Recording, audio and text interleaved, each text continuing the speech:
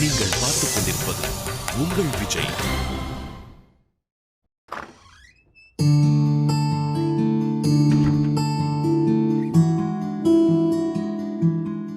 என்ன விஷ்ணு, நோட்டு பேனாவோட எல்லாம் வந்திருக்கீங்க? பின்னங்க சார் கூப்பிட்டாருன்னா கிளாஸ் எடுக்க போறேன்னு தானே அர்த்தம். அதான் நோட்ஸ் எடுக்க பேடோட வந்திருக்கேன். என்ன நக்கலா? இல்ல மச்சான், சீரியஸா தான் சொல்லிட்டு இருக்கேன்.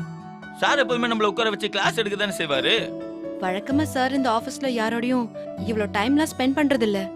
நாம தான் அவரோட ஃபேவரட் டீம். அதனாலதான் சில நல்லது கெட்டதெல்லாம் சொல்லி தராரு. நான் ஒன்னும் தப்பா எதுவுமே சொல்லியே. டேய், சும்மா அவர் எப்ப பார்த்தாலும் தேவையில்லாம அட்வைஸ் பண்ற மாதிரி சொல்ற. டேய், எப்ப பாரு அட்வைஸ் பண்றான்றது உண்மைதானே? டேய், சார் சும்மா குத்து மதிப்பா அட்வைஸ் அள்ளி விடுறது இல்ல, டு த கோர் பாயிண்டா அடிக்கிறாரு. நீச்சல் அடிக்கிறது எப்படி, சைக்கிள் ஓட்டுறது எப்படின்னு புக்கு போடுவாங்களே, அந்த மாதிரி கிடையாது. சார் சொல்ற ஒவ்வொரு விஷயமே ப்ராக்டிக்கல் லைஃப்ல அப்படியே ஃபிட் ஆகிற விஷயம்தான். நமக்கு தெரியாமலே அது நமக்குள்ள இன்சர்ட் ஆயிட்டு இருக்கு. அதோட அருமை இப்போ உனக்கு தெரியாது. திடீர்னு ஒரு நாள், என்னடா அது, நம்ம இவ்வளோ அறிவாகவும் இவ்வளோ ப்ராக்டிக்கலாகவும் ஒரு விஷயத்தை ஹேண்டில் பண்றோமேனு நம்மளை பார்த்தே நம்ம ஆச்சரியப்படுவோம். பத்தியா, அன்னைக்கு தான் உனக்கு தெரியும் இதுக்கெல்லாம் காரணம் சார் தான். தப்புதான்ப்பா, சார் ஒரு தெய்வம்.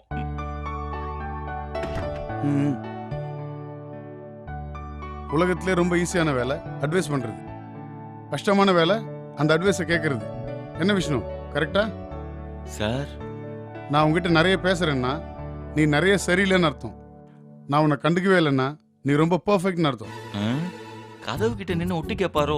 மூஞ்ச பார்த்து முழு ஜாதகம் சொல்றாரே. சிபிஐல இருக்க வேண்டியவரெல்லாம் நம்ம நெட்ல சேர்த்து வச்சுட்டு நம்மள பாடாப்படுத்துறாங்களே. உங்களெல்லாம் நான் எதுக்கு வர சொன்னேன் தெரியுமா? தெரியுமா? இல்ல சார். என்ன விஷ்ணு, அட்வைஸ் பண்றதுக்கும் தெரியுது ஆனா எதுக்கும் தெரியலன்றியா? ஆஹா, கன்ஃபார்ம் நம்மள எவனோ போட்டு கொடுத்துருக்கான். நேத்தியும் நீங்க கௌதம் டீமோட நீங்க மீட் பண்ணீங்களா? Yes sir. கௌதம் டீம் ஒரு முக்கியமான பிரசன்டேஷன் பண்ண வேண்டியிருக்கு. அதுக்கு உங்களோட ஹெல்ப் கேட்டு தான் அந்த மீட்டிங் ஏற்பாடு பண்ணியிருந்தோம். ஏன்னா நீங்க தானே இப்போ எக்ஸ்பர்ட்ஸ். டார்கெட் கார்பரேஷனையே உங்க பிரசன்டேஷனால அசரடிச்சிங்கல்ல, அதனால கௌதம் பண்ண போற பிரசன்டேஷனுக்கு நீங்க ஏதாவது டிப்ஸ் கொடுப்பீங்கன்னு உங்களை வர சொல்லியிருந்தேன். ஆனா நீங்க யாரும் அங்க வாயே திறக்கல.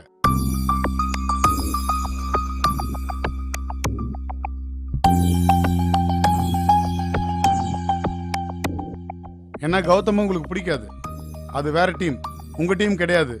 அதனால நீங்க ஹெல்ப் பண்ணல, அப்படிதானே? இல்லை சார், எங்களுக்கு தெரிஞ்சதை சொன்னோம். ஒருத்தரோட அறிவு, திறமை, knowledge and skills are measurable. ஒரு சில டெஸ்ட் வச்சு அவங்களோட அறிவும் திறமை எவ்வளோன்றதை அளவிட முடியும். 8 out of 10, 9 out of 10 அப்படின்னு அதுக்கு மார்க்கும் கொடுக்க முடியும். அதனால ஆர்கனைசேஷனுக்கு ஒரு பிரயோஜனமும் கிடையாது. சார், நீ பெரிய அறிவாளியோ இல்ல திறமைசாலியோ இருக்கிறதால கம்பெனிக்கு எந்த பிரயோஜனமும் இல்லை. கம்பெனிக்கு எப்போ பிரயோஜனம் தெரியுமா? when you contribute something. உன்னோட ஸ்கில் அண்ட் நாலேஜை வச்சுக்கிட்டு நீ எப்போ கான்ட்ரிபியூட் பண்றியோ அப்பதான் கம்பெனிக்கு உண்மையிலே பிரயோஜனம். அறிவும் திறமையும் வச்சுக்கிட்டு உனக்கு பக்கத்தில் இருக்கவன் ஹெல்ப் பண்ணாம இன்னொரு டீமுக்கு கான்ட்ரிபியூட் பண்ணாம சும்மா உனக்குள்ளே வச்சுக்கிட்டு இருந்தா என்ன பிரயோஜனம்?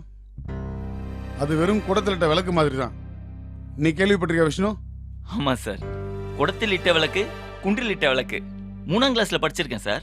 அதுக்கு என்ன அர்த்தம்? சார், குடத்துக்குள்ள விளக்கேத்தி வச்சா யாருக்கும் பிரயோஜனம் இல்ல சார், வெளிச்சம் வெளியே வராது. அதே விளக்க குன்று மேல ஏத்தி வச்சா ஊருக்கே வெளிச்சம் வரும் சார். Yes, you right. அடுத்தவங்களுக்காக எதுக்கு பண்ணணும்னு யோசிச்சு அறிவும் திறமையும் பயன்படுத்தாம வச்சிருந்தா உனக்கே ஒரு ஃப்ரஸ்ட்ரேஷன் வரும். பணம் வச்சிருக்கவன்லாம் பணக்காரன் கிடையாது, செலவழிக்கிறவன் தான் உண்மையிலே பணக்காரன். வாழ்க்கை பூரா ஒரு 2 லட்ச ரூபா செலவழிக்கவே போறதில்லன்னு முடிவு பண்ணி பீரோக்குள்ள பூட்டி வச்சிருந்தா அந்த 2 லட்ச ரூபாயும் ஒண்ணுதான். அதுக்கு பதிலாக 2 கோயிர் நோட்டை பூட்டி வைக்கிறதும் ஒண்ணுதான். எல்லா டீமும் நெட்டேக்காக வேலை செய்யற டீம் தான். அதனால யார் கேட்டாலும் கான்ட்ரிபியூட் பண்ணுங்க. அப்படி நீங்க கான்ட்ரிபியூட் பண்றப்ப தான் உங்க லெவல் உயரும். நல்ல லீடரா நீங்க வரதுக்கான ஒரு முக்கியமான குவாலிட்டி அதுதான். 5th டிசிப்ளின் ஒரு புக் யாராவது படிச்சிருக்கீங்களா? இல்ல சார். பீட்டர்சன் அவர் எழுதினது. ஒரு லீடருக்கு முக்கியமான 3 குவாலிட்டிஸ் வேணும். ஆர்ட் ஆஃப் ரிஃப்ளெக்ஷன், கம்பெனியில் இருக்கக்கூடிய மற்றவங்களோட மன உணர்வு என்னன்னு தெரிஞ்சுக்கிட்டு அதுக்கேற்ற மாதிரி உங்க எண்ணங்களை நீங்க பிரதிபலிக்கிறது. ஆர்ட் ஆஃப் இன்கொயரி, எல்லாத்தையுமே கேள்வி கேட்கறது. சும்மா நம்ம அறிவை காட்டுறதுக்கான கேள்வி கிடையாது.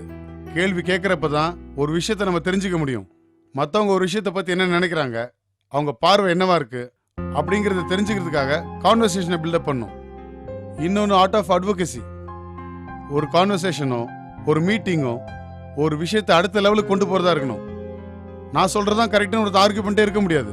இல்ல ஒருத்தர் சொல்றதுக்கு எஸ் சார் நோ சார் தலையாடிட்டு இருக்கிறதும் நல்ல கான்வர்சேஷன் கிடையாது. யூஸ்ஃபுல்லான கான்வர்சேஷன் அல்லது மீட்டிங் எப்படி இருக்கணும்னா, எந்த விஷயத்துக்காக மீட்டிங் போடப்பட்டதோ அந்த விஷயத்தை அடுத்த லெவலுக்கு கொண்டு போறதா இருக்கணும். என்ன விஷ்ணு, எங்கேயோ காலேஜ்ல படிச்ச மாதிரி இருக்கா? அறிவோ திறமையோ காலியாகக்கூடிய விஷயம் கிடையாது. யோசிச்சு செலவழிக்கிறதுக்கு யூஸ் பண்ண வளரக்கூடிய விஷயம் தான். அதனால என் டீம் ஓன் டீம் இல்லாம கம்பெனிக்காக ஒர்க் பண்ற எல்லா டீமுக்கும் கான்ட்ரிபியூட் பண்ணுங்க. நீங்க தானா மேல வருவீங்க. இன்னொரு தடவை இது ரிப்பீட் ஆகக்கூடாது. புரியுதா? Yes sir. நீங்க போலாம்.